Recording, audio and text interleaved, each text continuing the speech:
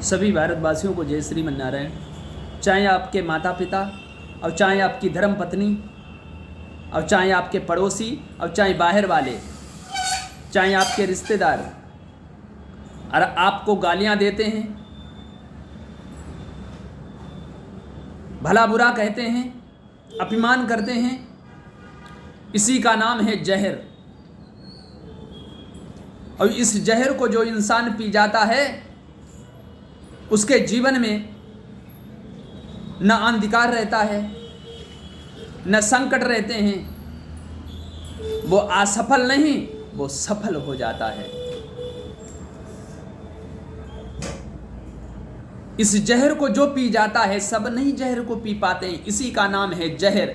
जो जहर पी जाए संसार का, उसके जीवन में कोई अंधकार नहीं, कोई संकट नहीं, उस पर भगवान की कृपा रहती है। और जिस पर भगवान की कृपा हो जाए तो उसका कोई बाल भाका नहीं कर सकता है। संसार में कोई काम कठिन नहीं रहता है, सब फटाफट होता है जिस पर भगवान की कृपा होती है। बस संसार का जहर पीना है, चाहे माता पिता गाली दें और चाहे पत्नी कुछ भी बोले, चाहे पड़ोसी बोले, चाहे बाहर वाले बोले, इसी का नाम है जहर। जो जहर को पी जाता है और इस जहर को जो पी जाता है उसके जीवन में कोई अंधकार नहीं, कोई संकट नहीं है। हर कोई इस जहर को नहीं पी सकता है। तुम पियो, तुम्हें गृहस्थी चलाना है, तुम्हें मृत्यु लोक में आए हो तो इस जहर को पहले तुम्हें पीना पड़ेगा। इस जहर को नहीं पियोगे तो तुम बचोगे नहीं बेटा, बच ही नहीं सकते हो। न घर से बचोगे, न बाहर से बचोगे, न पड़ोसी से बचोगे। इस जहर को तुम्हें पीना पड़ेगा, जब ही तुम बचोगे। और बचने के लिए इस जहर को तुम्हें ग्रहण करना पड़ेगा। अरे सृष्टि नष्ट हो जाती, परले हो जाती है। जब समुद्र मंथन हुआ था तब क्या निकला? पहले जहर निकला। और जहर भोलेनाथ ने पिया। भोलेनाथ ने सोचा सृष्टि परले हो जाएगी, नष्ट हो जाएगी, तो भोलेनाथ उस जहर को पिया। कोई देवी देवता पीने के लिए राजी नहीं हो रहे थे उस जहर को, मगर भोलेनाथ ने जहर को पिया बचाने के लिए। भोलेनाथ ने बोला अगर हम इस जहर को नहीं पीते हैं तो सृष्टि परले हो जाएगी, सृष्टि संकट में है। बचाने के लिए इस जहर को पिया।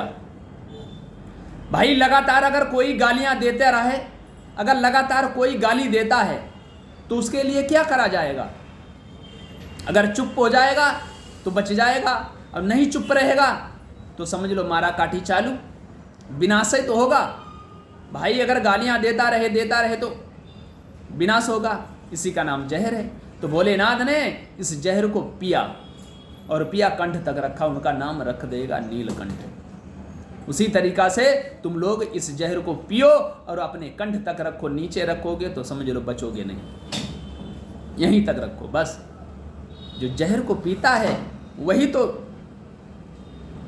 मृत्यु लोक में रहता है। उसी पर भगवान की कृपा रहती है, उसी से भगवान से प्रेम होता है।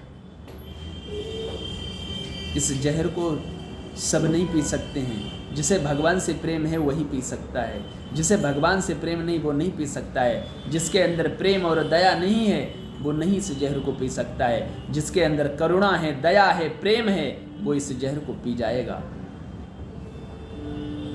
और जो इस जहर को पी जाता है उसके जीवन में कोई अंधकार, कोई दोष नहीं रहता है।